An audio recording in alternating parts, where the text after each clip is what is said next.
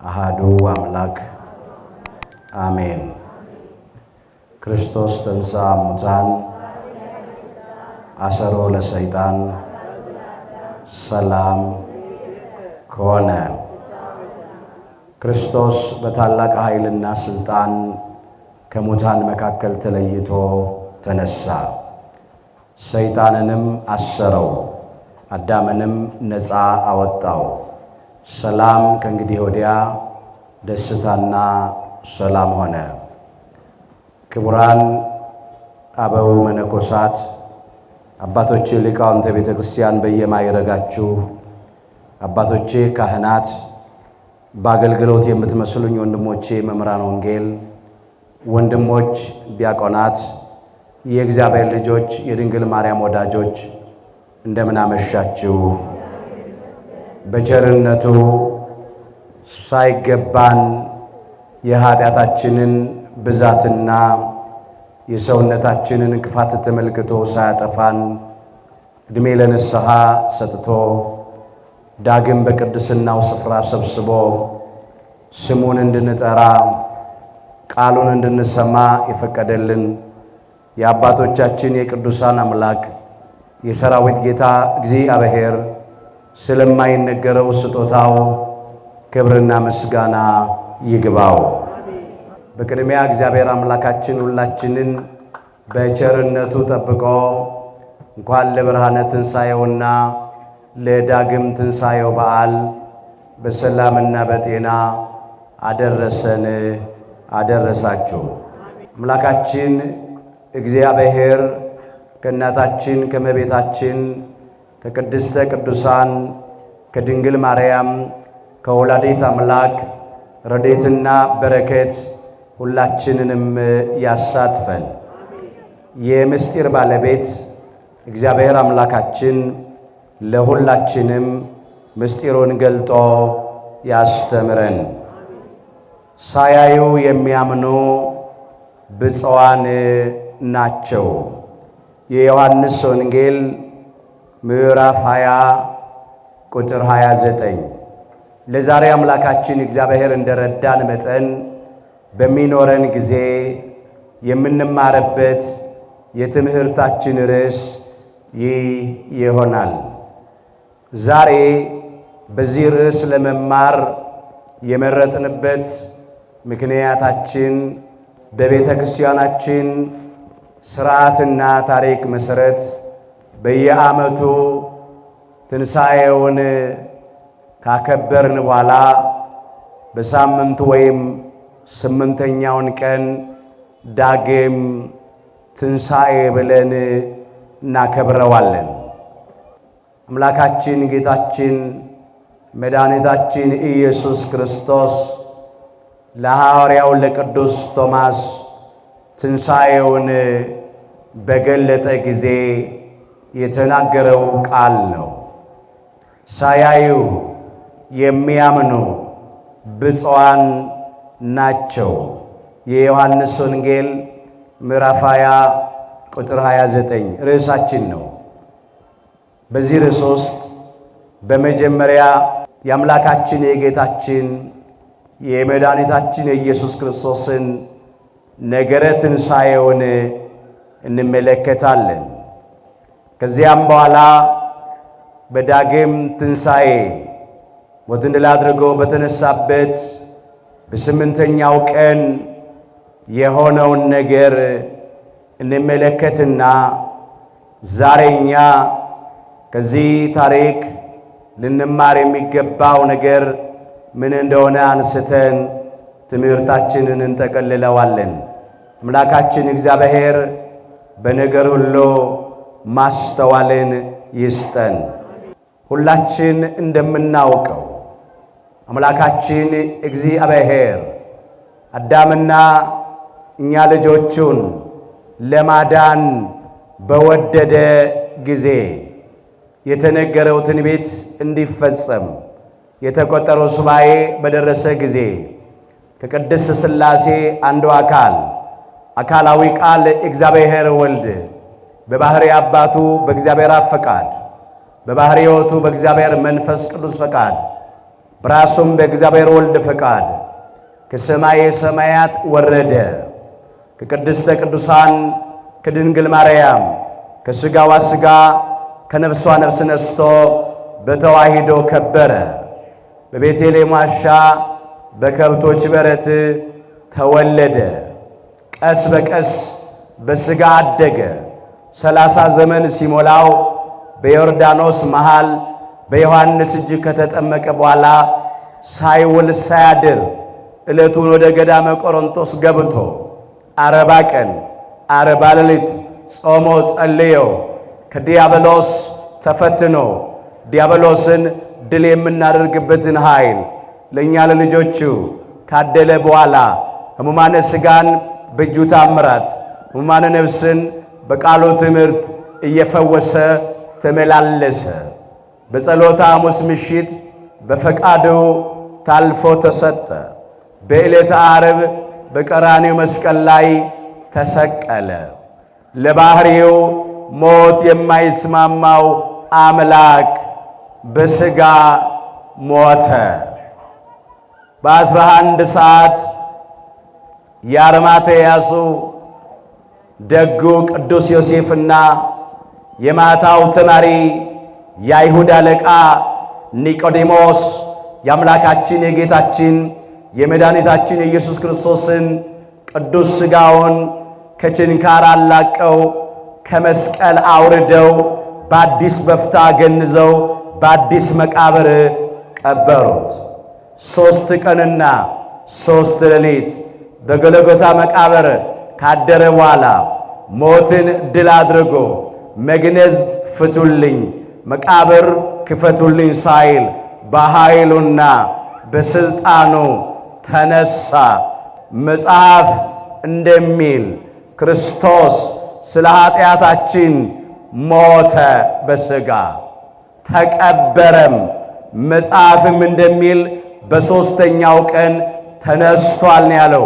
አንደኛ ቆሮንቶስ ምዕራፍ 15 ቁጥር 3። ሁልጊዜ በሃይማኖት ጸሎት የምናደርሰው ቃል ነው።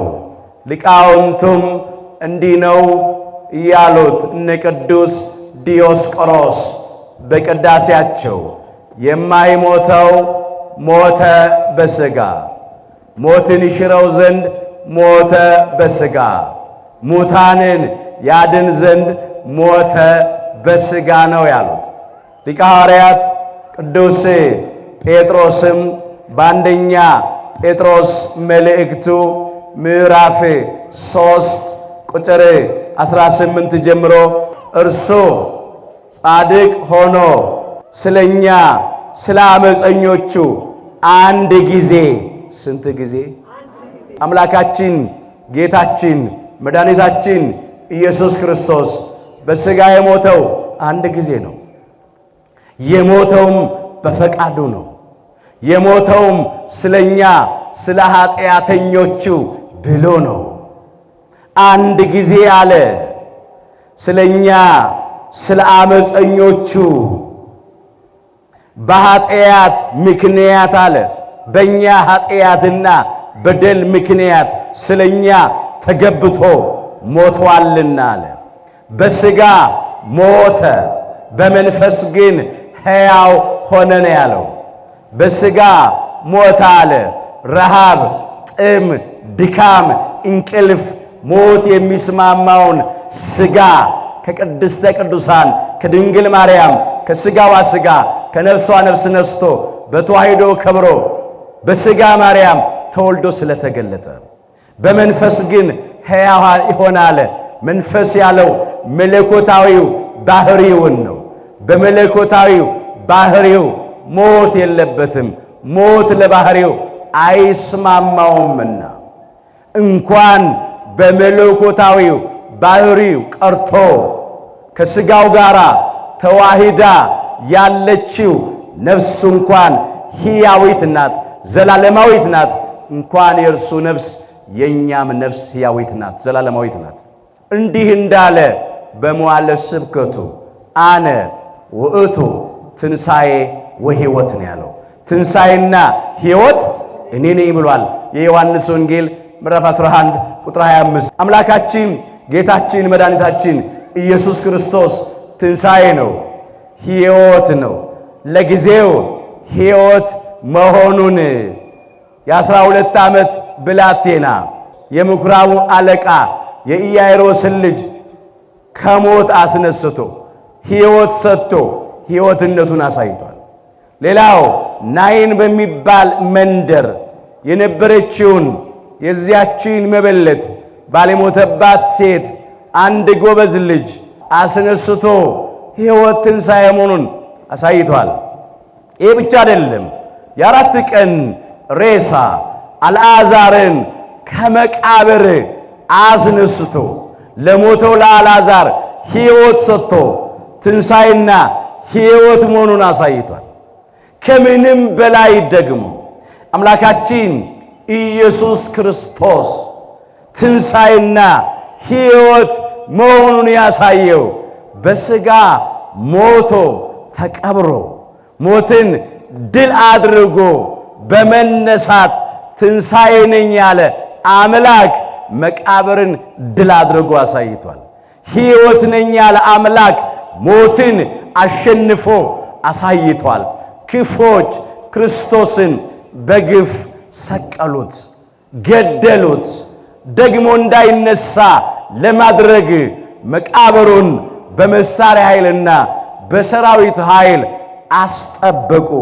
የኛ አምላክ ግን የመቃብሩ ድንጋይ እንደታተመ እንደተገጠመ ሞትን ድል አድርጎ በኃይሉና በስልጣኑ ተነሳ። ሕያውን አምላክ ከሙታን መካከል ስለምን ትፈልጉታላችሁ? እንደተናገረው ተነስቷል እንጂ በዚህ የለም ብለው ቅዱሳን መላእክት ለቅዱሳት አንስት ትንሣኤውን አበሰሩ። የሉቃስ ወንጌል ምዕራፍ 24 ከቁጥር 5 ጀምሮ መቃብሩ ባዶ ነው፣ ድንጋዩ ተንከባሏል፣ የአመፃ መዝገብ ተገልብጧል፣ የሞት መውጊያ ተሰብሯል። ጠላት ዲያብሎስንና ሰራዊቱን አምላካችን ጌታችን መድኃኒታችን ኢየሱስ ክርስቶስ ከመንገዳችን ላይ በመስቀሉ ጠርቆ አስወግዶልናል። ክብረ ምስጋና ለአምላካችን ለጌታችን ለመድኃኒታችን ለኢየሱስ ክርስቶስ። እንግዲህ ሞትን ድል አድርጎ ከተነሳ በኋላ በትንሣኤው ምሽት ደቀ መዛሙርቱ ወዳሉበት መጣ። የዮሐንስ ወንጌል ምዕራፍ 20 ቁጥር 19 ያም ቀን እርሱም ከሳምንቱ ፊተኛው ይላል ለስነ ፍጥረት የመጀመሪያው ቀን ዕለተ እሁድ ነው። አምላካችን እግዚአብሔር ፍጥረታትን አንድ ብሎ መፍጠር የጀመረው በዕለተ እሁድ ነው። ይህንን ማለት ነው የሐዲስ ኪዳንን ሰንበት ነው። በመሸ ጊዜ ይላል ለጊዜው በቁሙ ፀሐይ ጠልቃለች፣ ጨለማ ነበረ። ደቀ መዛሙርቱ ተሰብስበው በነበሩበት አይሁድን ስለፈሩ ደጆቹ ተዘግተው ሳሉ ኢየሱስ ክርስቶስ መጣ ይላል። ደቀ መዛሙርቱ ደጆቻቸውን ዘግተው ጭብጥ ኩርምት ብለው እያዘኑ እያለቀሱ ሳሉ አምላካችን ኢየሱስ ክርስቶስ ደጆቹ ሳይከፈቱ ገብቶ መካከላቸው ቆመ። ለምን ቢሉ በመጀመሪያ ኤልሻዳይ ስለሆነ ካህሌ ኩሉ ነው፣ ሁሉን ቻይ አምላክ ነው። የሚሳነው ነገር የለም፣ ባለሙሉ ስልጣን ነው። እሱን የተዘጉ ደጆችና መስኮቶች ወደ ቤት ውስጥ እንዳይገባ ሊያደርጉት አይቻላቸውም። ስለዚህ በስልጣኑ ገባ። ሌላው ረቂቅ መለኮትን ከሥጋ ጋር እንደተዋሃደ ለማጠየቅ ደጆቹ እንደተዘጉ ገብቶ ቆመ። መለኮት አይጨበጥም፣ አይዳሰስም፣ አይታይም፣ ረቂቅ ነውና። እግዚአብሔር መንፈስ ነው፣ የሚሰግዱለትም በእውነትና በመንፈስ ሊሰግዱለት ያስፈልጋቸዋል ይላል የዮሐንስ ወንጌል ምዕራፍ 4 ቁጥር 24። የተዘጋ ደጅን ስናነሳ ሌላ ነገር እንመልከት። በሥጋ ሞቶ ወደ መቃብር በሚወርድበት ጊዜ መቃብሩ የተከፈተ ነበር። ሞትን ድል አድርጎ ሲነሳ ግን የመቃብሩ ድንጋይ እንደተገጠመ ነው። እሱ ሞትን ድል አድርጎ ከተነሳ በኋላ የእግዚአብሔር መልአክ ከሰማይ ወርዶ በመቃብሩ ላይ የተገጠመውን ድንጋይ አንከባሎ በላዩ ላይ ተቀመጠ ይላል። ለምን? የመቃብሩ ባዶነት እንዲታይ።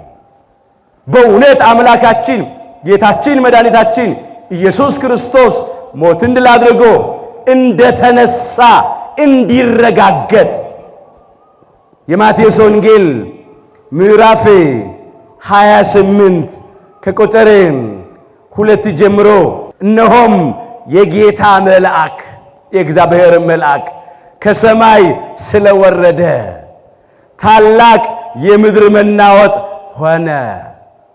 ቀርቦም ድንጋዩን ብሎ አንከባሎ በላዩ ተቀመጠ። የእግዚአብሔር መልአክ ከሰማይ ወርዶ ድንጋዩን አንከባሎ በድንጋዩ ላይ የተቀመጠው አምላካችን ኢየሱስ ክርስቶስ ሞትን ድል አድርጎ ከተነሳ በኋላ ነው። ሲነሳ የማንንም እርዳታ እገዛ አልፈለገም። የመቃብሩ ድንጋይ ከመቃብሩ ላይ ካልተንከባለለ፣ ካልተነሳ፣ መቃብሩ ካልተከፈተ የክርስቶስ ትንሣኤ እንዴት ይረጋገጣል? እንዴት ይታወቃል? እንዴት ይገለጣል? በመቃብሩ ውስጥ የተገኘው የተገነዘበት የመግነዙ ጨርቅ የተልባ እግሩና የራሱ መጠምጠሚያ ብቻ ነበር። ሌላ ነገር በመቃብር ውስጥ አልተገኘም። መልአኩ ድንጋዩን ያንከባለለው ለዛ ነው። የተዘጋ ቤት ብቻ ሳይሆን የመቃብሩም ድንጋይ እንደተገጠመ እንደታተመ ሞትን ድል አድርጎ ተነስቷል። ሌላው ምስጢር አለ። ደጁን ሳይከፍት ገባ እንደተዘጋ፣ ደጁ እንደተዘጋ ሳይከፍት ወጣ። ማኅተመ ድንግልናዋን እናስባለን። የቅድስተ ቅዱሳን የንጽሕተ ንጹሐን የብጽዕተ ብፁዓን የድንግል ማርያም የወላዲተ አምላክን ዘላለማዊ ድንግልና የሚያመለክታል። ወገኖቼ ጌታ ራሱ ምልክት ይሰጣችኋል። ድንግል ትጸንሳለች፣ ልጅም ትወልዳለች፣ ስሙንም አማኑኤል ብለው ይጠሩታል። ትንቢተ ኢሳይያስ ምዕራፍ 7 ቁጥር 14። ጌታ ራሱ ምልክት ይሰጣችኋል። ሰው የሰጠን ሳይሆን ራሱ አምላካችን እግዚአብሔር የሰጠን ምልክት ናት ቅድስተ ቅዱሳን ድንግል ማርያም። ጌታ ራሱ ምልክት ይሰጣችኋል። ምልክቱ ምንድን ነው? ድንግል በድንግልና ትጸንሳለች፣ ድንግል በድንግልና ትወልዳለች። ከዚህ በፊት ሆኖ አያውቅም፣ ከዚህም በኋላ አይሆንም። ይሄ ለቅድስተ ቅዱሳን ለድንግል ማርያም ብቻ የተሰጠ ጸጋና ክብር ነው። ሴት ልጅ ትጸንሳለች አላለም። ይህንን ቢል ኖሮ ምልክት አይሆንም። ለምን? ከመጀመሪያይቱ ሴት ከእናታችን ከሔዋን ጀምሮ በዘር በሩካቤ ጸንሶ መውለድ የተለመደ ነው። ሁላችን በዛ መንገድ ነው የተወለድነው። ከአባት አብራክ ተከፍለን በእናት ማኅፀን ተጸንሰን ነው የተወለድነው። የአምላካችን የጌታችን የመድኃኒታችን የኢየሱስ ክርስቶስ ልደቱ ግን የተለየ ነው። ጌታ ራሱ ምልክት ይሰጣችኋል አለ። ከስነ ፍጥረት ሕግ ውጪ ድንግል በድንግልና ነው የምትጸንሰው አለ። ድንግል በድንግልና ነው የምትወልደው አለ። ይሄ ነው ምልክቱ። ምልክት ያሰኛት ይሄ ነው። ይሄም እንዲፈጸም ሊቀ መላእክት ቅዱስ ገብርኤል ከእግዚአብሔር ተልኮ ወደ ቅድስተ ቅዱሳን ወደ ድንግል ማርያም እየበረረ መጣና እንዲህ አላት፣ እነሆ ትጸንሻለሽ፣ ልጅም ትወልጃለሽ፣ ስሙንም ኢየሱስ ትይዋለሽ አላት። የሉቃስ ወንጌል ምዕራፍ 1 ቁጥር 31 ላይ ቅድስተ ቅዱሳን ድንግል ማርያምም እንዲህ አለች፣ ወንድ ስለማላቅ ይህ እንዴት ይሆንልኛል አለች። መሬት ዘር ሳይዘራባት እንዴት ፍሬ ልታፈራ ትችላለች? እንደኔስ ያለች ንጽሕት ድንግል ወንድ የማታውቅ እንዴት ጸንሳ ልትወልድ ትችላለች አለች። እንዴት በድንግልና ጸንሳ በድንግልና ልትወልድ ትችላለች ብላ ጠየቀች። አስተውሉ። ብዙ ነገር ትቼ ነው። ቅዱስ ገብርኤል ምን አለ ለቅድስተ ቅዱሳን ለድንግል ማርያም? እስመ አልቦ ነገር ዘይሳነው ለእግዚአብሔር አለ። ለእግዚአብሔር የሚሳነው ነገር የለም አለ። እንዲህም አለች እመቤታችን፣ ይኩነኒ በከመ ትቤለኒ አለች። እንደ ቃልህ ይሁንልኝ፣ እንደ ቃልህ ይደረግልኝ አለች። አስተውሉ። ማንም አብነት አይሆናትም።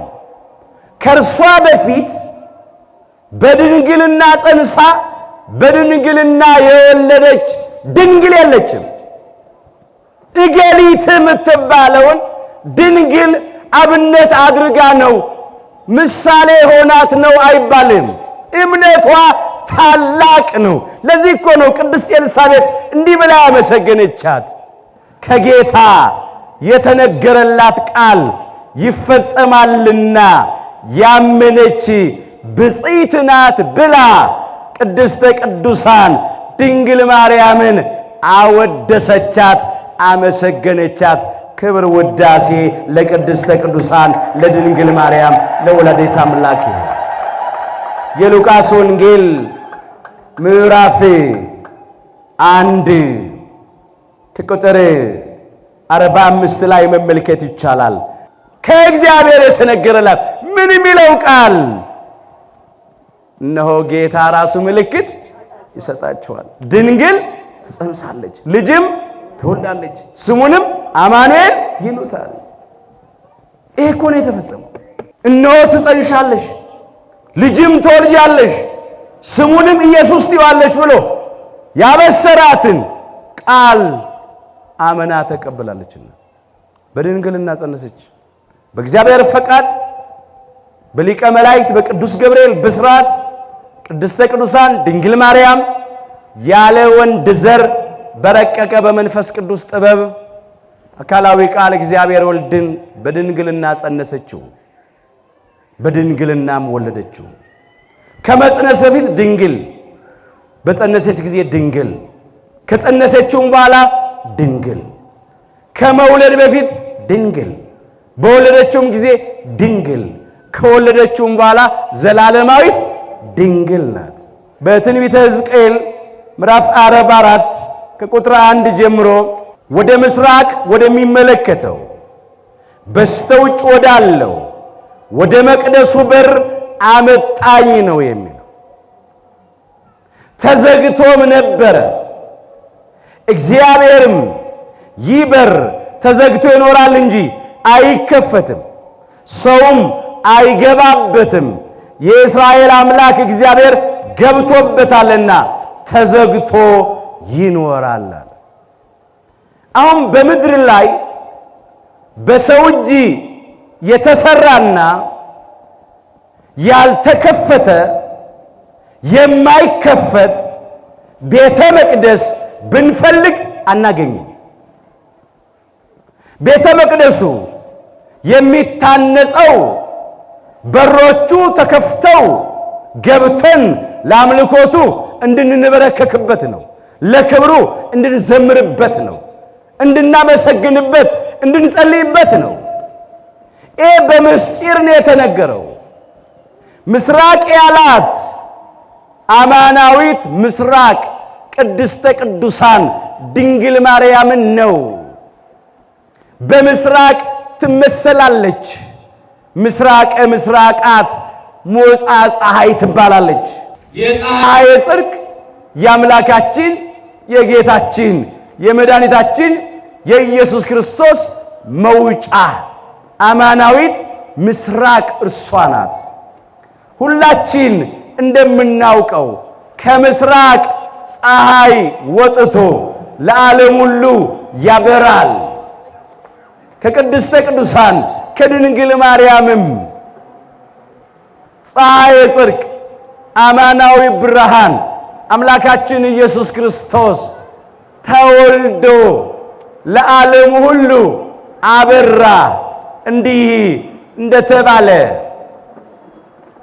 ስሜን ለምትፈሩት ለእናንተ የጽድቅ ፀሐይ ትወጣላችኋለች፣ ፈውስም በክንፎቿ ውስጥ ይሆናል፣ እናንተም ትወጣላችሁ፣ እንደ ሰባም እምቦሳ ትፈነጫላችሁ ይላል ትንቢተ ሚልክያስ ምዕራፍ 4 ቁጥር 2 ላይ። የጽድቅ ፀሐይ የተባለ እውነተኛው ብርሃን የተባለ አምላካችን ጌታችን መድኃኒታችን ኢየሱስ ክርስቶስ ነው። ይህንን ደግሞ ወልዳ የሰጠችን ቅድስተ ቅዱሳን ድንግል ማርያም ናት። ጥቂት ነገር እናንሳይንን ግልጥ ለማድረግ መጥምቀ መለኮት ቅዱስ ዮሐንስ እንዲህ ብሎ መስክሯል። ለሰው ሁሉ ብሎ የሚያበራው እውነተኛው ብርሃን ወደ ዓለም ይመጣ ነበረ። የዮሐንስ ወንጌል ምዕራፍ 1 ቁጥር 9 ለሰው ሁሉ የሚያበራው። ለምን? አዳምና እኛ ልጆቹ በሙሉ በጨለማ ውስጥ ስለነበርን፣ በኃጢአት ጨለማ ውስጥ ለነበር ነው። ሊያበራልን የጽድቅ ብርሃን ከአማናዊቷ ምስራቅ ተወልዶ ተገለጠልን። በሞት ጨለማ ውስጥ ለነበር ነው። ሊያበራልን የሕይወት ብርሃን ከአማናዊቷ ምስራቅ ከቅድስተ ቅዱሳን ከድንግል ማርያም ተወልዶ ተገለጠልን። በመቃብር ጨለማ ውስጥ ተይዘን ለነበር ነው። ሊያበራልን የትንሣኤው ብርሃን ከአማናዊቷ ምስራቅ ከቅድስተ ቅዱሳን ከድንግል ማርያም ተወልዶ ተገለጠልን። በሲኦል ጨለማ ተውጠን ለነበር ነው። ሊያበራልን የነጻነት ብርሃን ከአማናዊቷ ምስራቅ ከቅድስተ ቅዱሳን ከድንግል ማርያም ተወልዶ ተገለጠልን። በዚህ ዓለም የጨለማው ገዢ የጨለማው አምላክ በሚባለው በዲያብሎስና በሰራዊቱ አገዛዝ ተይዘን የነበርነውን ነፃ ሊያወጣን ከብርሃን የተገኘው እውነተኛው ብርሃን አንቀጸ ብርሃን ተብላ ከምትጠራው ከአማናዊቷ ምስራቅ ከቅድስተ ቅዱሳን ከድንግል ማርያም ተወልዶ ተገለጠ። ይሄ ብርሃን ጨለማ ያላሸነፈው የማያሸንፈው ብርሃን ነው። ይሄ ብርሃን ለዘወትር ለዘላለም የሚያበራ ብርሃን ነው። በእውነት ራሱ አምላካችን ኢየሱስ ክርስቶስም ተናግሯል በመዋዕለ ስብከቱ አነ ውእቱ ብርሃኑ ለዓለም አለ። የዓለም ብርሃን እኔ ነኝ። የዮሐንስ ወንጌል ምዕራፍ 8 ቁጥር 12 ለዚህ ለጨለመው ዓለም የእውቀት ብርሃን፣ የጽድቅ ብርሃን፣ የሕይወት ብርሃን፣ የትንሣኤ ብርሃን፣ የነጻነት ብርሃን አምላካችን ኢየሱስ ክርስቶስ ነውና ይህንን ፀሐይ ጽድቅ ደግሞ ወልዳ የሰጠችን ቅድስተ ቅዱሳን ድንግል ማርያም ናት። እመ ብርሃን እመ ፀሐይ መባል ይገባታል። ክብርና ወዳሴ ለቅድስተ ቅዱሳን ለድንግል ማርያም ለወላዲተ አምላክ። ስለዚህ ምስራቅ የቅድስተ ቅዱሳን የድንግል ማርያም ምሳሌ ወደ ምስራቅ ወደሚመለከተው አለ በስተውጭ ወዳለው ወደ መቅደሱ በር አመጣኝ አለ። መቅደስ የእሱ አካል በሩ ተዘግቶ ነበር አለ። የተዘጋው በር የማኅተመ ድንግልናዋ ነገር ነው። ተዘግቶ ነበረ። ከመጽነስ በፊት ድንግል ነች። እነሆም እግዚአብሔርም እንዲህ አለ፣ ይህ በር ተዘግቶ ይኖራል እንጂ ቅድስተ ቅዱሳን ድንግል ማርያም ለዘላለም በድንግልና ትኖራለች እንጂ ማለት ነው። አይከፈትም። ማኅተመ ድንግልናዋ አይጠፋም። ለምን? ሰውም አይገባበትም። የእስራኤል አምላክ እግዚአብሔር ገብቶበታልና ከቅድስት ሥላሴ አንዱ አካላዊ ቃል እግዚአብሔር ወልድ ኢየሱስ ክርስቶስ ያደረበት አዳራሽ ነው። የነገሰበት ዙፋን ነው። ማኅፀኗን ዙፋን አድርጎ 9 ወር ከ5 ቀን ነግሶበታል። ሰውም አይገባበትም። የእስራኤል አምላክ እግዚአብሔር ገብቶበታልና አምላካችን ጌታችን መድኃኒታችን ኢየሱስ ክርስቶስ ባደረበት በቅድስተ ቅዱሳን በድንግል ማርያም ማኅፀን ማንም አላደረም፣ ማንም አያድርም። ተቀዳሚ ተከታይ የሌለው አንድያ ልጇ ነው። የበኩር ልጇ ነው። እሱንም እንኳን ጸንሳ የወለደችው በድንግልና ነው። ሰውም አይገባበትም። የእስራኤል አምላክ እግዚአብሔር ገብቶበታልና ተዘግቶ ይኖራል። ክብርና ምስጋና ለቅድስተ ቅዱሳን ለድንግል ማርያም ለወላዲተ አምላክ። ንገሯቸው፣ ቅድስተ ቅዱሳን ድንግል ማርያም በድንግልና ነው የጸነሰችው፣ በድንግልና ነው የወለደችው። ይሄ ከከበዳቸው ንገሯቸው። በተዘጋ ቤት ሳይከፍት ገባ፣ በተዘጋ ቤት ሳይከፍት ወጣ። ለምን? ለእግዚአብሔር የሚሳነው ነገር የለምና። እንዴ ሳይንስ እንዴት ይሆናል? ከአባት አብረክ ሳይከፈል በእናት ማኅፀን ሳይጸነስ ያለ ዘር እንዴት ይሆናል? አዎ ለሰው አይቻልም፣ ለእግዚአብሔር ግን ይቻለዋል። እውነት እኮ ነው። ደጆች ከተዘጉ መግባት አይቻልም። እንደተዘጋ መግባት አይቻልም፣ እንደተዘጋ መውጣት አይቻልም። የኛ አምላክ ግን ሁሉ ተችሎት እንደተዘጋ ገብቷል፣ እንደተዘጋ ወጥቷል። በድንግልና መጽነስ በድንግልና መውለድ ለማንም አልተቻለም፣ አይቻልም። ለቅድስተ ቅዱሳን ለድንግል ማርያም ግን ተችሏታል። ለምን? ለእግዚአብሔር የሚሳነው ነገር የለም። በቃ ከቅዱስ ገብርኤል ጋር እንዲህ ነው የምንመሰክረው። እንመለስ። የዮሐንስ ወንጌል ምዕራፍ 20 ቁጥር 19 ላይ ነው። ደጆቹ ተዘግተው ሳሉ ኢየሱስ መጣ፣ በመካከላቸውም ቆሞ ሰላም ለእናንተ ይሁን አለ ይላል። ወንጌላዊው ቅዱስ ሉቃስ ይሄንን ሲመዘግብ በሉቃስ ወንጌል ምዕራፍ 24 ቁጥር 36 ጀምሮ ደቀ መዛሙርቱ አምላካችን ኢየሱስ ክርስቶስን ሲያዩት ፈሩ ይላል፣ ደነገጡ። ምትሃት ያዩ መሰላቸው። የመጀመሪያው ምክንያት እነሱ አይሁድን ፈርተው ደጃቸውን ዘግተው ነው ያሉት። ደጆቹ ተዘግተዋል፣ አልተከፈቱም። ምን መጣብን ያሉት። ፍርሃት ያዛቸው፣ ድንጋጤ ያገኛቸው፣ ተጨነቁ፣ ታወኩ። አስተውሉ ወገኖች። በዚያ ላይ ቀኑ ደግሞ መሽቷል። በእንቅርት ላይ ጆሮ ደግፍ። አይሁድን ይፈራሉ። እንደገና ቀኑ መሽቷል። ደጆቹ ሳይከፈቱ ገባ። እሱ መሆኑን አላወቁም መጀመሪያ። ስለዚህ ፈሩ፣ ምትሃት ያዩ መሰላቸው። አምላካችን ኢየሱስ ክርስቶስ እንዲህ አላቸው፣ ስለምን ትደነግጣላችሁ? ስለምንስ ሐሳብ በልባችሁ ይገባል? እኔ ራሴ እንደሆንኩ እጆቼና እግሮቼን እዩ አላቸው። የእጆቹንና የእግሮቹን የችንካር ምልክቶች አሳያቸው። በእኔ እንደምታዩት መንፈስ ወይም ምትሃት ሥጋና አጥንት የለውምና እኔን ዳሳችሁ እዩ አላቸው። ንኩኝ፣ ዳሱኝ፣ እኔው ራሴ ነኝ አለ። ስለ ዓለም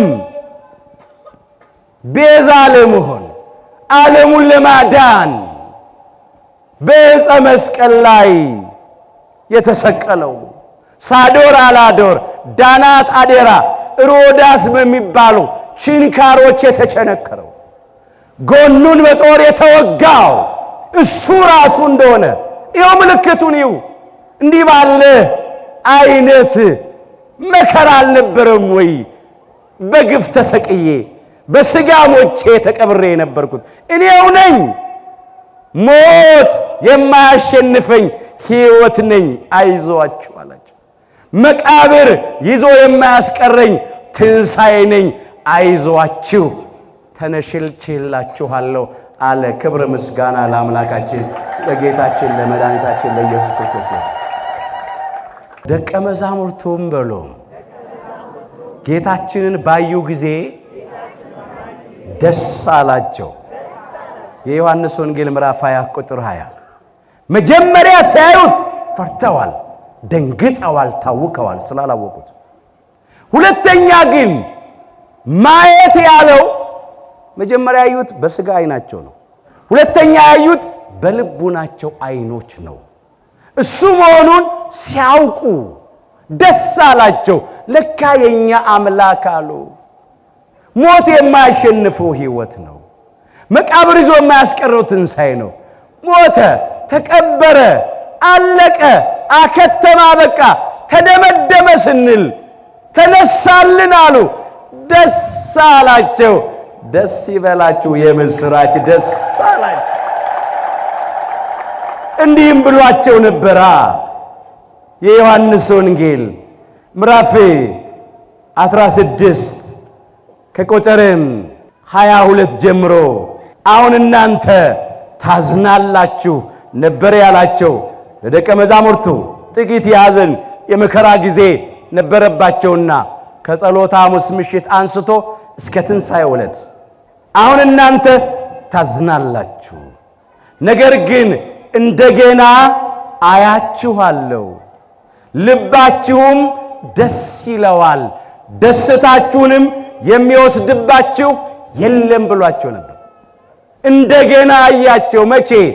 በትንሣኤው ምሽት እንደገና አያቸው። እንደገና ሲያያቸው ልባቸው በደስታ ተሞላ። ሐዘናቸው ለደስታ፣ ልቅሷቸው ለሳቅ ተቀየረ። የቆረጡት ተስፋ ተቀጠለ። ተጽናኑ፣ ሰላም ለናንተ ይሁን አላቸው። ይታወኩ፣ ይፈሩ፣ ይደነግጡ፣ ይጨነቁ ለነበሩት የሰላም አምላክ፣ የሰላም አባት፣ የሰላም አለቃ፣ የሰላም ንጉሥ፣ ሰላማዊ ኢየሱስ ክርስቶስ ፍጹሙን ሰላም፣ እውነተኛውን ሰላም፣ የውስጥ የልቡናን ሰላም፣ አእምሮን የሚያልፈውን ሰላም ሰጣቸው። ክብረ ምስጋና ለአምላካችን ለጌታችን ለመድኃኒታችን ለኢየሱስ ክርስቶስ ይሁን። ሰላሜን እሰጣችኋለሁ ብሎ ነበር የዮሐንስ ወንጌል ምዕራፍ 14 ቁጥር 27 ላይ። ለጊዜው ለሐዘንተኞቹ ይታወኩ ለነበሩት ደጆቻቸውን ዘግተው ሲያዝኑ ሲያለቅሱ ለነበሩት ለደቀ መዛሙርቱ በተዘጋ ቤት ገብቶ ሰላም ለእናንተ ይሁን አላቸው። ሰላምን ሰጣቸው፣ ጸጥታን ሰጣቸው፣ እረፍትን ሰጣቸው፣ ከጭንቀት አረጋጋቸው። ፍጻሜው ለነሱ ብቻ አይደለም፣ በአካለ ነፍስም እኮ ወደ ሲኦል ወርዶ በሲኦል በጨለማ ቤት ውስጥ ተውጠው ይኖሩ ለነበሩት ለአዳምና ለልጆቹ ለነፍሳትም ሰላምን የምስራች ብሎ ሰብኳል። ነፃነትን ሰብኳል። በተዘጋ ቤት ብቻ አይደለም የተገኘው፣ በአካለ ነፍስም በሲኦል ተዘግተው ይኖሩ ወደ ነበሩት ነፍሳት ወርዷል። አንደኛ ጴጥሮስ ምዕራፍ 3 ቁጥር 18 በሥጋ ሞተ በመንፈስ ግን ሕያው ሆነ ይልና በእርሱም ደግሞ ሄዶ በወህኒ ለነበሩ ነፍሳት ሰበከላቸው ይላል። ወህኒ ያላት ሲኦልን ነው። ሲኦል ነፍሳት የሚታሰሩባት ወህኒ ቤት ነበረች። ማሰሪያ ገመዱ መርገመ ሥጋ መርገመ ነፍስ ነበር። ሞተ ሥጋ ሞተ ነፍስ ነበር። እርደተ መቃብር እርደተ ሲኦል ነበረ። በስጋ ሞቶ ወደ መቃብር መውረድ፣ በነፍስ ሞቶ ወደ ሲኦል መውረድ የሞት ሞት ማለት ነው። አሳሪዎቹ ዲያብሎስና ሰራዊቱ ነበሩ። ነፍስን ከስጋ እየለዩ ስጋን በመቃብር ነፍስን በሲኦል ይቆራኙ ነበረ። አዳምና እኛ ልጆቹ ሰላም አልነበረንም። ምን ማለት ነው? ነፃነት አልነበረንም፣ ባሮች ነበርን። ስለዚህ በአካል ነፍስ ወደ ሲኦል ወረደና በሲኦል ወህኒ ቤት ውስጥ ለነበሩት ነፍሳት የምስራች ሰበከ። ሰላም ለእናንተ ይሁን አላቸው። አዳምና እኛ ልጆቹን ከሞት ወደ ሕይወት፣ ከጨለማ ወደሚደነቅ ብርሃን፣ ከሲኦል ወደ ገነት አሻገረን። ከባርነት ቤት ነፃ አወጣን። ክብር ምስጋና ለአምላካችን ለጌታችን ለመድኃኒታችን ለኢየሱስ ክርስቶስ። በትንሣኤው ምሽት ሐዋርያው ቅዱስ ቶማስ አልነበረም ይላል የዮሐንስ ወንጌል ምዕራፍ 20 ቁጥር 24። ነገር ግን ከ12ቱ አንዱ ዲዲሞስ የሚሉት ቶማስ ኢየሱስ በመጣ ጊዜ ከነርሱ ጋር አልነበረም ይላል። የትንሣኤው ዕለት አልነበረም። ስለዚህ ደቀ መዛሙርቱ ለቅዱስ ቶማስ እንዲህ አሉት፣ ጌታን አይተነዋል አሉት። ጌታችን እኮ ተነሳ፣ አየነው አሉት። ሐዋርያው ቅዱስ ቶማስ እንዲህ አለ፣ የችንካሩን ምልክት በእጆቼ ካላየው፣ ጣቱንም በችንካሩ ምልክት ካላገባው፣ እጄንም በጎኑ ካላገባው አላምንም አላቸው። ምን አይደለም? አላምንም አለ። ለምን አላምንም አለ ቢሉ በመጀመሪያ እሱ ጥንተ ሰዱቃዊ ስለሆነ፣ ሰዱቃውያን ደግሞ በሙታን ትንሣኤ አያምኑምና ተጠራጠረ። እንደዚያ ባለ መከራ ተገድሎ ሞቶ እንዴት አድርጎ ተነሳ? ካላየው አላምንም አለ። የሐዋርያት ሥራ ምዕራፍ 23 ቁጥር 8 ሰዱቃውያን ብሎ ትንሣኤም መልአክም መንፈስም የለም የሚሉ ናቸውና የሰዱቃውያን ጠባይ ነው። ሰዱቃውያን ሙታን አይነሱም ነው የሚሉት። ትንሣኤ ሙታን የለም ነው የሚሉት። መልአክ የለም ነው የሚሉት። ረቂቃን መላእክት የሉም ነው የሚሉት። መንፈስ ረቂቁ መንፈስ ቅዱስ የለም ነው የሚሉት። እግዚአብሔር ለኛም የሰጠን ረቂቁ መንፈስ የለም ነው የሚሉት። ስለዚህ እሱ ጥንተ ሰዱቃዊ ስለሆነ ካላየው አላምንም አለ። ሌላው ምክንያቱ ምንድነው ቢሉ ቅዱሳን ሐዋርያት ሌሎቹ 10 አይተዋል። ያው አንዱ አስቀድሞ ወጥቷል ታውቃላችሁ። የአስቆሮቱ ይሁዳ አምላኩን አሳልፎ ሰጥቶ ተለይቷል። 11ኛው ቅዱስ ቶማስ አላየም። ስለዚህ አሁን ትንሣኤውን ሲመሰክሩ እነሱ ጌታችን አምላካችን መድኃኒታችን ኢየሱስ ክርስቶስ ተነሳ አየነው ሊሉ ነው። እሱ ግን ሰማው ብሎ ሊመሰክር ነው። ከደቀ መዛሙርቱ ሊያንስ ነው በምስክርነቱ። እነሱ አየን ብለው ሲመሰክሩ እሱ ደግሞ ሰማው ብሎ ሊመሰክር ነው። ተቆጥሯል። ከ12ቱ አንዱ ነው። ስለዚህ እናንተ ያያችሁትን እኔም ካላየው አላምንም አለ። ለእናንተ ትንሣኤውን የገለጠ ለእኔም ምን ይበልልኝ ይግለጥልኝ ነው። ካላየሁት አላምንም አለ። የዮሐንስ ወንጌል ምዕራፍ 20 ቁጥር 26 ከ8 ቀን በኋላ ይላል። 8 ቀን የሚቆጥረው ከትንሣኤው አንስቶ ነው። ከትንሣኤው አንስተን ስንቆጥር 8ኛው ቀን ዳግም ትንሣኤ ብለን የምናከብረው ነው። ከ8 ቀን በኋላ ደቀ መዛሙርቱ ደግመው ይላል 8ኛውን ቀን ዳግም ትንሣኤ ያሰኘው ምክንያት ይሄ ነው። ደቀ መዛሙርቱ ደግመው በውስጥ ነበሩ። ቤት ውስጥ በተዘጋ ቤት ውስጥ ነበሩ። ደግመው በውስጥ ነበሩ። ቶማስም ከነርሱ ጋር ነበር። አሁን ልዩነቱ እንዲህ ነው። በትንሣኤው ምሽት ክርስቶስ መካከላቸው ገብቶ ትንሣኤውን ሲገልጥ ቶማስ ከነሱ ጋር አልነበረም። ከ8 ቀን በኋላ ግን ሐዋርያው ቅዱስ ቶማስም አብሮ ነበረ።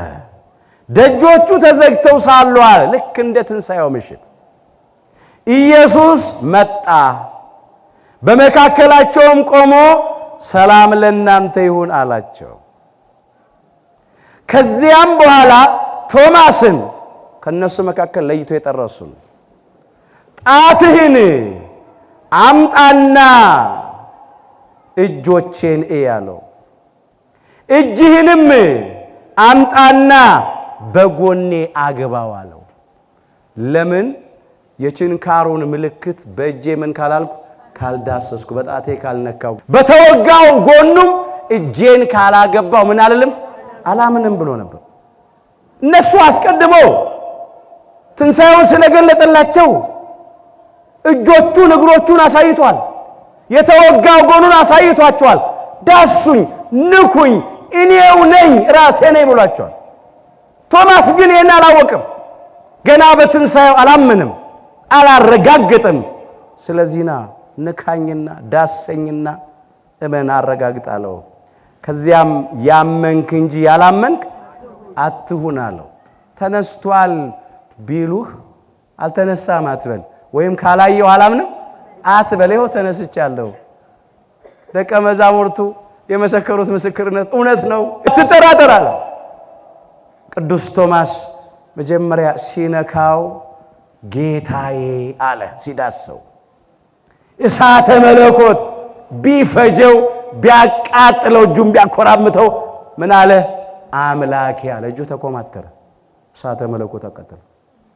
ጌታዬ ብቻ ብሎ አልተውም፣ አምላኬ አለ።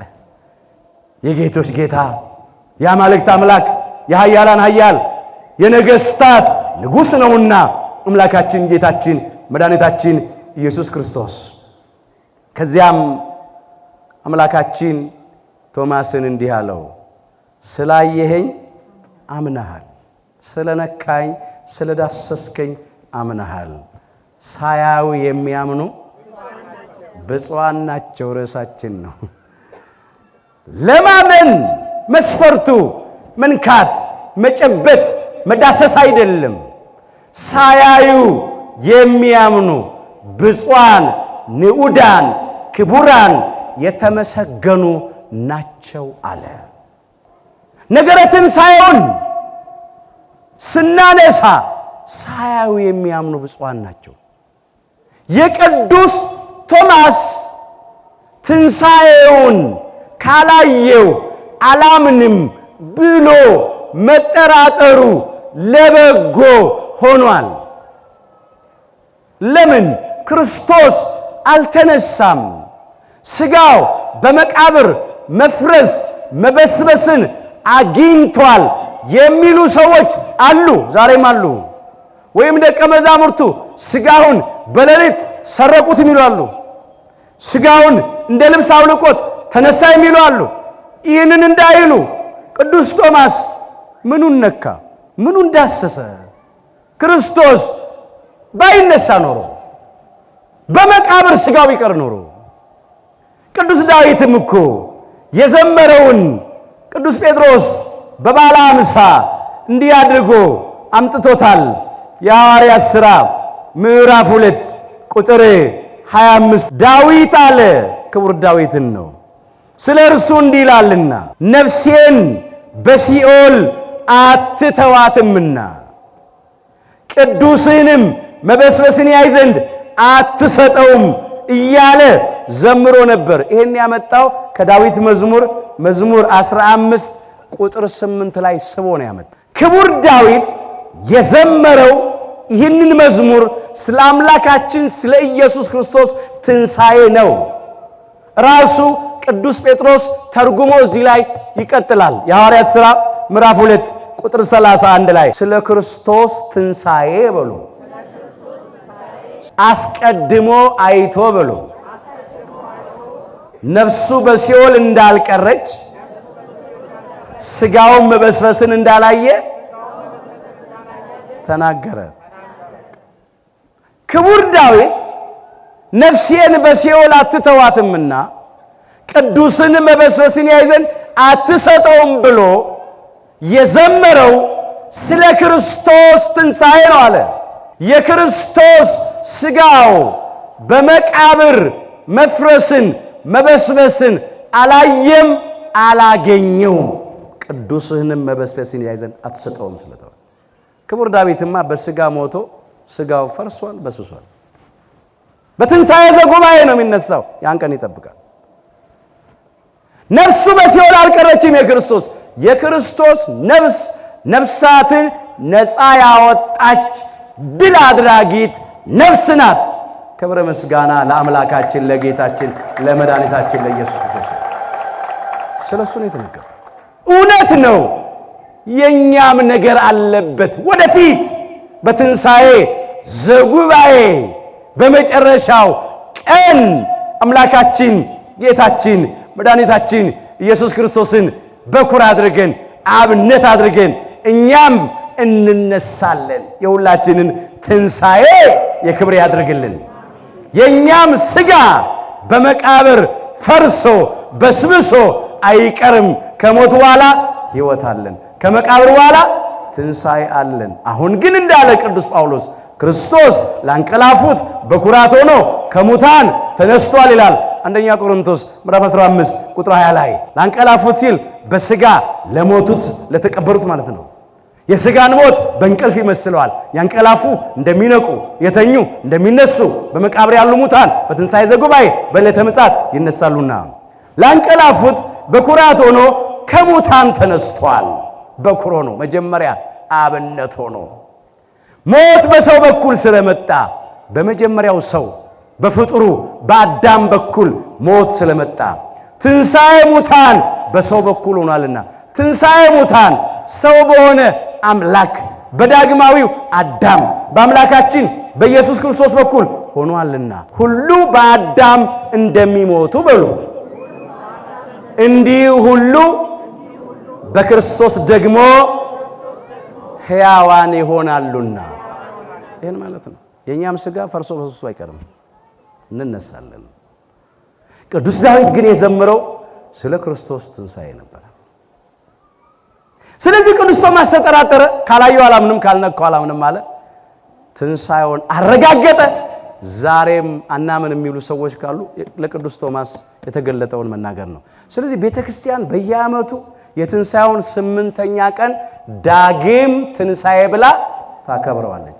ዳግም ትንሣኤ ማለት ክርስቶስ ሁለቴ ተነሳ ለማለት አይደለም። ቅድም እንዳነሳ ነው ክርስቶስ በሥጋ ስንት ጊዜ ነው የሞተው? አንድ ጊዜ። የተነሳውም ስንት ጊዜ ነው? አንድ ጊዜ ነው። ድጋሜም አይሞትም።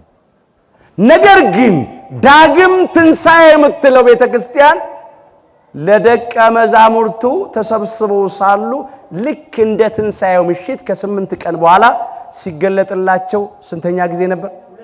ሁለተኛ ጊዜ ድጋሜ ተገለጠ። ለቅዱስ ቶማስ ስንት ጊዜ ተገለጠ? አንድ ጊዜ። ስለዚህ ዳግም ትንሣኤ ተባለ። ይህንን ማስተዋል ያስፈልጋል። አንዳንድ አላዋቂ ሰዎች ይዘብቱብናል። በተለይ ተጠራጣሪዎቹ፣ ሐሰተኞቹ፣ ከሃዲዎቹ አስረግጠን መናገር ነው። ክርስቶስ ከነሥጋው ሞት እንድል አድርጎ ተነስቷል። በክብርም ከነሥጋው አርጓል።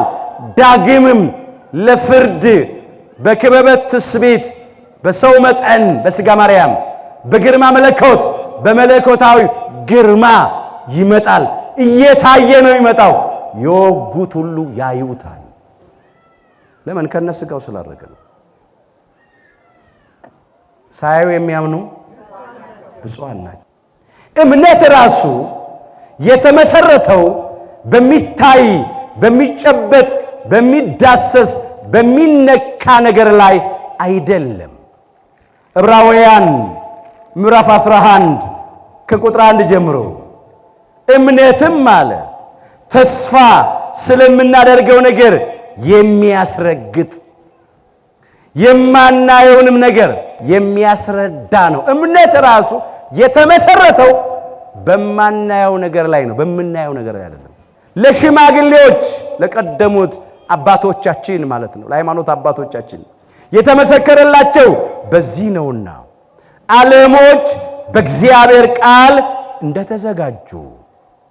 ስለዚህም የሚታየው ነገር ከሚታዩቱ እንዳልሆነ በእምነት እናስተውላለን።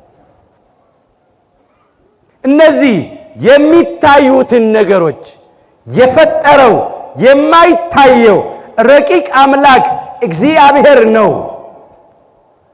የሚታዩትን የፈጠረው የሚታየው አይደለም። የሚታዩትን የማይታየው እግዚአብሔር ፈጥሯል።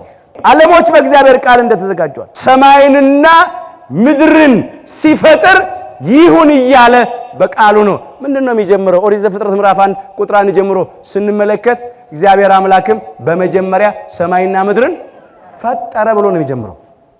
በቃሉ ነው የፈጠረው። ይሁን እያለ ጨለማ ነበር፣ ብርሃን ይሁን አለ፣ ሆነ። እንዲህ እያለ በቃሉ ወቅ ይህንን ያነሳው ረቂቅ አምላክ ነው። አስተውሉ። ሳያዩ የሚያምኑ ብፁዓን ናቸው። እኛ እንግዲህ እግዚአብሔርንም ያመንነው ሳናየው ነው።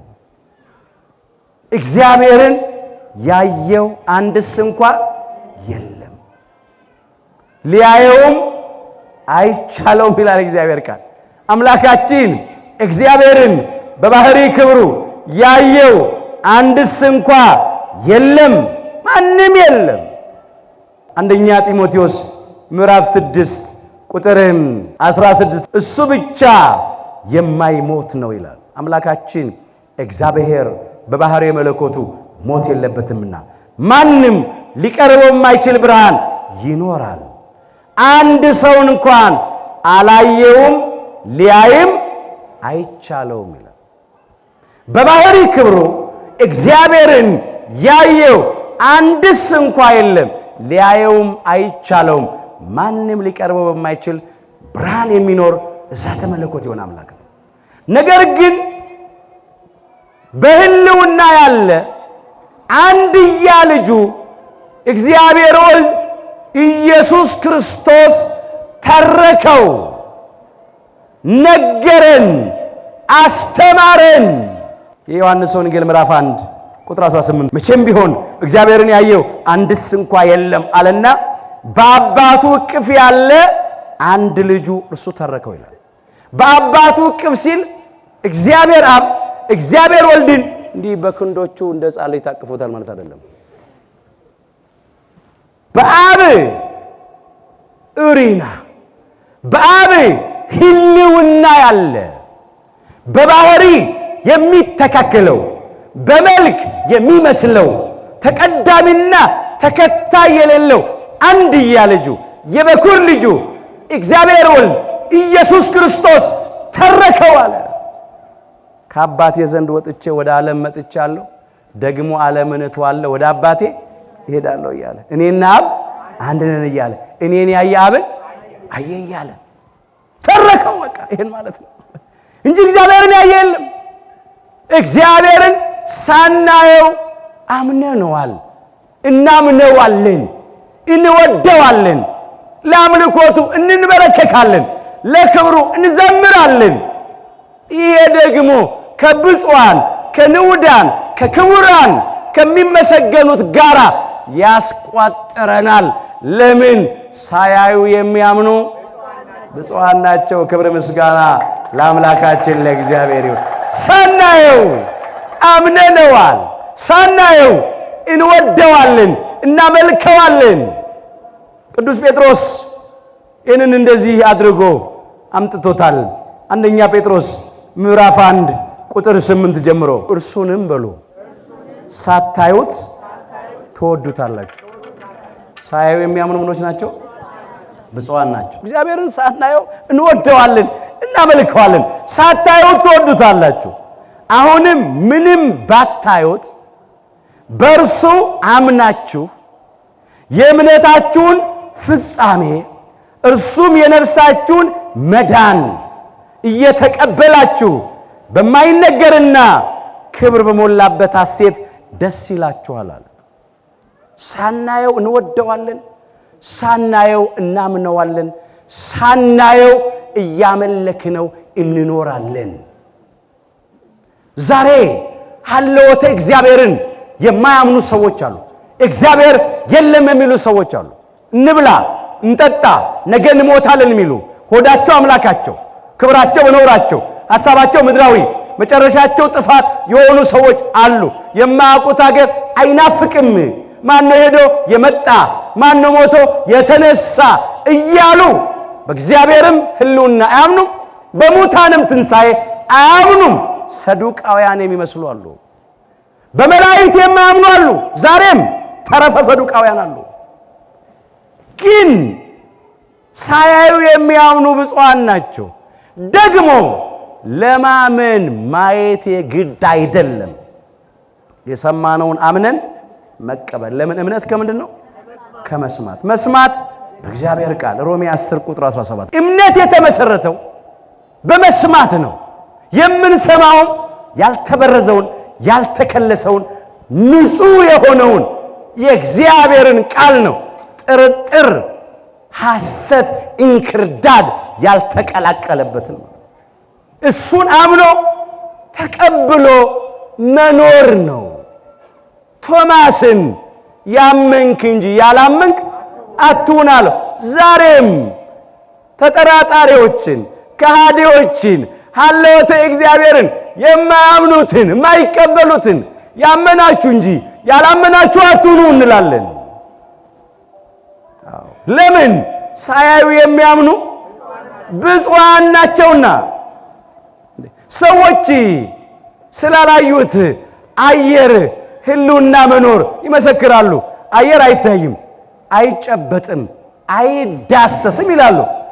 አየር ግን ቦታ ይይዛል። አየር ክብደት አለው። ሰው ያለ አየር መኖር አይችልም። እንደዚህ ብለው ይመሰክሩለታል። ሁላችን ተምረናል አይደል? በዛ በሳይንሱ። ታዲያ ስለ አየር መኖር ይህን ያህል ከመሰከሩ እንዴት አየርን ስለፈጠረው ስለ እግዚአብሔር መመስከር ያቅታቸዋል? እግዚአብሔርን ካላየነው አናምንም አሉ። አየሩን መኖሩን መች አዩትና? ስለ አየር ሕልውና እንደውም ሰው ያለ አየር መኖር አይችልም ብለው ሁሉ ደመደሙ። የሚያሳዝን ነው። እግዚአብሔር ልቡን አይስጣቸው። እኛ ግን ባናየው ምን ወደዋለን፣ እናመልከዋለን፣ በራሳቸው እንነግራቸዋለን።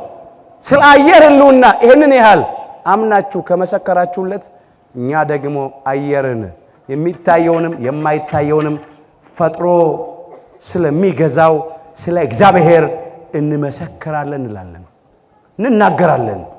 ፈጣሪ ለፍጥረቱ በፍጥረቱ ይታወቃል። የእግዚአብሔርን ሕልውና ከሚያረጋግጡ ከሚመሰክሩ ነገሮች መካከል አንዱ የሥነ ፍጥረት ምስክርነት ነው። ጥቂት ነገር እናንሳ። አባታችን ክቡር ዳዊት እንዲህ እያለ ዘመረ። መዝሙር 18 ቁጥር 1 ጀምሮ ሰማያት የእግዚአብሔርን ክብር ይናገራሉ አለ። የሰማይም ጠፈር የእጁን ሥራ ያወራል አለ። ሰማያት የእግዚአብሔርን ክብር ይናገራሉ ሲል እንዲህ አምላካችን እግዚአብሔር ሰማይን ያለ ባላ ምድርንም ያለ ካስማ ዘርግቷልና ይናገራሉ። የሰማይም ጠፈር የእጁን ሥራ ያወራል። ቀን ለቀን ነገርን ታወጣለች፣ ሌሊትም ለሌሊት ዕውቀትን ትናገራለች አለ። ቀን ትልቁን ብርሃን ፀሐይን ሲያወጣ፣ ሌሊት ትንንሾቹን ብርሃናት ጨረቃንና ከዋክብትን ሲያወጣ፣ ቀን ለቀን ነገርን ታወጣለች፣ ሌሊትም ለሌሊት ዕውቀትን ትናገራለች። ነገር የለም፣ መናገር የለም፣ ድምፃቸውም አይሰማም። ፀሐይም ትወጣለች፣ በቀን ጨረቃና ከዋክብትም ይወጣሉ። ይህ ሀልዎተ እግዚአብሔርን የሚያረጋግጥ ነው። ምን ብቻ ሰማይ ይናገራል። ሰማይ ዝናብን ለዘር ጠልን ለመከር ሲሰጥ ሀልዎተ እግዚአብሔርን ይመሰክራል። የሐዋርያት ሥራ ምዕራፍ 14 ቁጥር 17 ላይ ከዚህም ሁሉ ጋራ ይላል መልካም ሥራ እየሰራ አምላካችን እግዚአብሔር ከሰማይ ዝናብን ፍሬ የሚሆንበትንም ወራት ሲሰጠን ልባችንንም በመብልና በደስታ ሲሞላው ራሱን ያለ ምስክር አልተወም ይላል። ሰማይ ዝናብን ለዘር ጠልን ለመከር መስጠቷ የእግዚአብሔርን ሕልውና መመስከሯ ነው። ምድር የዘሩባትን ማብቀሏ፣ የተከሉባትን ማጽደቋ፣ ፍሬ ማፍራቷ ሀለወተ እግዚአብሔርን መመስከሯ ነው። የሚገርም እኮ ነው። ደመናው፣ ነጎድጓዱ፣ መብረቁ ሀለወተ እግዚአብሔርን የሚመሰክረው፣ ውቅያኖሱ፣ ባህሩ፣ ወንዞቹ ሀለወተ እግዚአብሔርን የሚመሰክሩት ይህን ማለት ነው። ሌላው ሰማያት የእግዚአብሔርን ክብር ይናገራሉ። በሰማይ በማደሪያቸው ብርሃናውያኑን፣ እሳታውያኑን፣ ሰማያውያኑን ቅዱሳን መላእክት ሰማያት ብሎ ያነሳቸዋል። ክብሩን ይናገራሉ፣ ይመሰክራሉ። በምድር እኛን የሰው ልጆች ይናገራል። እኛም ራሳችን ሀለወተ እግዚአብሔርን እንመሰክራለን። እንዲህ አድርጎ የሰራን እሱ ስለሆነ ግሩምና ድንቅ ሆኜ በሉ ተፈጥሬአለሁና አመሰግንሃለሁ። ስራህ ድንቅ ነው፣ ነፍሴም እጅግ ታውቀዋለች። መዝሙር 138 ቁጥር 14። ግሩምና ድንቅ ሆነን ተፈጥረናል። ስለዚህ እግዚአብሔር ልናመሰግነው ይገባል። ስራው ድንቅ ነው፣ ከአይምሮ በላይ ነው። ነፍሴም እጅግ ታውቀዋለች አለ። የእግዚአብሔርን ስራ ነፍሳችን አውቃ እያመለከችው እንድትኖር እንድትመሰክርለት ሁላችንን ይርዳን። አንዳንድ ሰዎች የሰውን ስራ የሚያውቁትን ያህል የእግዚአብሔርን ስራ አያውቁም። ስለ ሰው ስራ የሚመሰክሩትን ያህል ስለ እግዚአብሔር አይመሰክሩም። ተፈጥሮን እናድንቅ ይላሉ፣ ፈጣሪውን ግን አያውቁትም፣ አያደንቁትም። መደነቅ ካለበት የፍጥረታት ፈጣሪ ነው። የሁሉ አስገኝ ነው። የሁሉ ሰሪ ነው። ዓለሙን የሚመግብ ነው። ሊደነቅ የሚገባው እሱ ነው። ወገኖቼ ተፈጥሮን ብቻ ሳይሆን ማድነቅ፣ በተፈጥሮ በፍጥረቱ ፈጣሪ አምላክ እግዚአብሔርን ማድነቅ ይገባል። ከራሳችን እንጀምር ማድነቅ። እስቲ እዚህ ላይ አካላችን ላይ ያሉትን ብልቶች ተመልከቷቸው። በውበት እኮ ነው እግዚአብሔር የሰራቸው። ሳይው የሚያምነው ብፁዓን እኛው ራሳችን እኮ ምስክሮች እኮ ነው። መቼስ እንኳን እኛን የሚያክል ነገር ምንም ማይናገር ማይተነፍስ ሕይወት የሌለው በጨርቅና በቀለም የተሳለ ስዕል እንኳን ምን አለው? ሰዓሊ አለው፣ ሰሪ አለው። እኛንማ የቱን ያህል የእግዚአብሔር መንፈስ ፈጠረኝ ይላል። ሁሉንም የሚችል የአምላክ እስትንፋስ ሕይወትን ሰጠኝ ይላል ኢዮብ 33 ቁጥር 4 ላይ። አምላካችን እግዚአብሔር ነው የፈጠረን። አምላካችን እግዚአብሔር ነው የሰራን።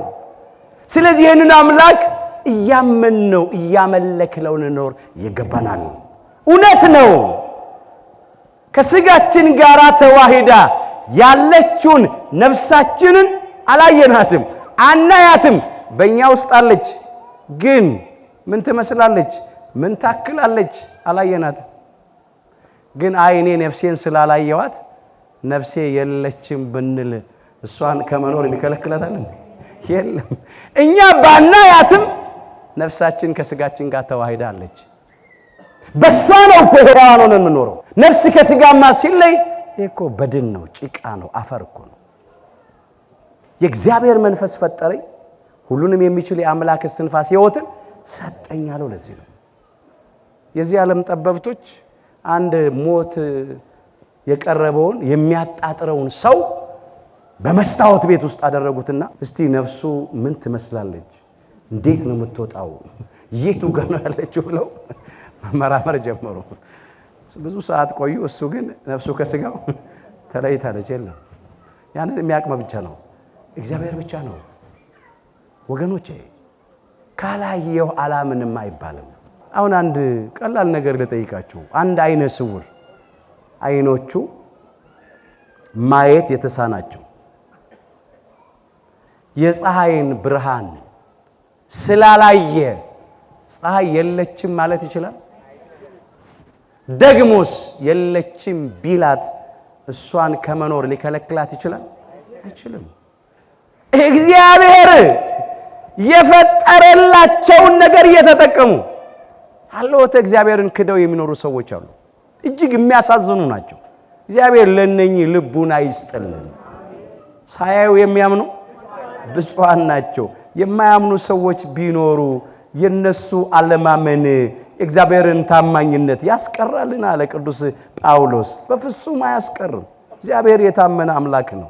ሮሜ ምዕራፍ 3 ቁጥር 3 ጀምሮ ባለማመን የሚጎዱት እነሱ ናቸው። ስለዚህ ዛሬም አንጠራጠር፣ ልባችን አይከፈል። በእውነት በፍጹም ልብ እንመን። የእግዚአብሔርን ሕልውና መኖር የሥነ ፍጥረት ምስክርነት አለ። የመጻሕፍት ምስክርነት አለ። ቅዱሳት መጻሕፍት ይመሰክራሉ፣ ብሉያቱም ሐዲሳቱም ይመሰክራሉ። የታሪክ ምስክርነት አለ። የሕሊና ራሱ ምስክርነት አለ። ማንም ሰው የማምለክ ዝንባሌ ያለው የሚያግዘው የሚረዳው ይፈልጋል። ትልቁ ችግር ትክክለኛውን እምነትና ትክክለኛውን አምላክ አለማወቁ ነው እንጂ ሕሊና ራሱ ይመሰክራል። ሌላው የሰዎች ምስክርነት አለ።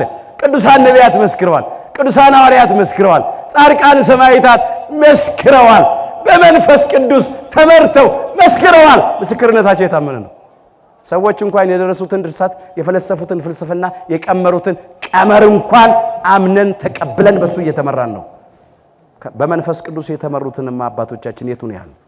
ከምንም በላይ ደግሞ ራሱ ከቅድስት ሥላሴ አንዱ አካላዊ ቃል እግዚአብሔር ወልድ አምላካችን ጌታችን መድኃኒታችን ኢየሱስ ክርስቶስ ከቅድስተ ቅዱሳን ከድንግል ማርያም ተወልዶ በዚህ ምድር እየተመላለሰ የእጁን ታምራት አሳይቶ የቃሉን ትምህርት አስተምሮ በሥጋ ሞቶ ተቀብሮ ሞትን ድል አድርጎ ተነስቶ ራሱ ደግሞ መስክሯል። ከዚህ በላይ ምን ምስክርነት አለ? ሳያዩ የሚያምኑ ብፁዓን ናቸው። ከሞት በኋላ ያለውንም ሕይወት ከመቃብር በኋላ ያለውንም ትንሣኤ አምነናል፣ ተስፋም አድርገን እንጠባበቃለን። አምላካችን እንደተነሳ እኛም እንነሳለን። የሁላችንን ትንሣኤ አምላካችን በቸርነቱ የክብር ያድርግልን። ፊልጵስዩስ ምዕራፍ 3 ቁጥር 18 ጀምሮ ብዙዎች ለክርስቶስ መስቀል ጠላቶች ሆነው ይመላለሳሉና አለ። ብዙዎች ኢአማንያን፣ አረማውያን፣ አሕዛብ፣ መናፍቃን፣ ተጠራጣሪዎች፣ ከሃዲዎች ለክርስቶስ መስቀል ጠላቶች ሆነው ይመላለሳሉ። ለክርስቶስ መስቀል ሲል ለጊዜ በቁሙ አዳምና እኛ ልጆቹ ክብር ላገኘንበት፣ ዲያብሎስና ሰራዊቱ ላፈሩበት፣ ለድላችን አርማ፣ ለነጻነታችን ምልክት ለቅዱስ መስቀሉ ጠላቶች ሆነው ይመላለሳሉ። መስቀልም አይወዱም፣ አይቀበሉ አሉ፣ ይቃወሙ አሉ። ሌላው ለክርስቶስ መከራ መስቀል ለሞቱ ለከፈለው መስዋዕትነት ለፈጸመው ቤዛነት ጠላቶች ሆነው የሚመላለሱ አሉ። በዛ የማያምኑ ማለት ነው። ብዙ ጊዜ ስለነርሱ አልኳችሁ፣ አሁንም እንኳን እያለቀስኩ እላለሁ አለ ከእንባ ጋር ቅዱስ ጳውሎስ። ለምን? መጨረሻቸው ጥፋት ነው። ከዚህ ያድነን። ሆዳቸው አምላካቸው ነው። ክብራቸው በነውራቸው ነው። አሳባቸው ምድራዊ ነው። እንብላ እንጠጣ ነገ እንሞታለን ነው። በቃ ለመብላት የሚኖሩ አሉ። ሰው ሆነው ተፈጥረው እንስሳት ሆነው የሚኖሩ ሰዎች አሉ። ሆዳቸው የሚያመልኩ ናቸው። ሰው ሆነው ተፈጥረው ከአራዊት ከፍተው ጨካኝ ሆነው የሚኖሩ አሉ። ከዘመኑ የሰው አውሬዎች እግዚአብሔር ሁላችን ይሰውረን። እኛ ግን አገራችን በሰማይ ነውና ከዚያም ደግሞ የሚመጣ መድኃኒትን እርሱም ጌታችን ኢየሱስ ክርስቶስን እንጠባበቃለን። እርሱም ሁሉን እንኳን ለራሱ ሊያስገዛ እንደሚችልበት አሰራር ክቡር ሥጋውን እንዲመስል የተዋረደውን ሥጋችንን ይለውጠዋል አለ። ይሄ ደካማ ሥጋ ሚራብ የሚጠማ የሚያንቀላፋ ኋላም የሚሞት የሚፈርስ የሚበሰብስ ሥጋ የማይሞት የማይፈርስ የማይበሰብስ ሆኖ ይነሳል። የሱን ሥጋ እንዲመስል ይለውጠዋል አለ፣ ያከብረዋል አለ። በትንሣኤ ዘጉባኤ በመጨረሻው ቀን ሳያዩ የሚያምኑ ብፁዓን ናቸው። ተስፋ የምናደርጋትን መንግሥተ ሰማያት አላየናትም፣ ግን እንጠባበቃለን። ሳናይ በተስፋ አምነን እንጠባበቃታለን። እንደ ቸርነቱ ደግሞ እግዚአብሔር ያወርሰናል። ተስፋ እናደርጋለን ያወርሰን። ሳያዩ የሚያምኑ ብፁዓን ናቸው። የዮሐንስ ወንጌል ምዕራፍ 20 ቁጥር 29። የሁላችንን መጨረሻችን አምላካችን እግዚአብሔር በቸርነቱ ያሳምርልን።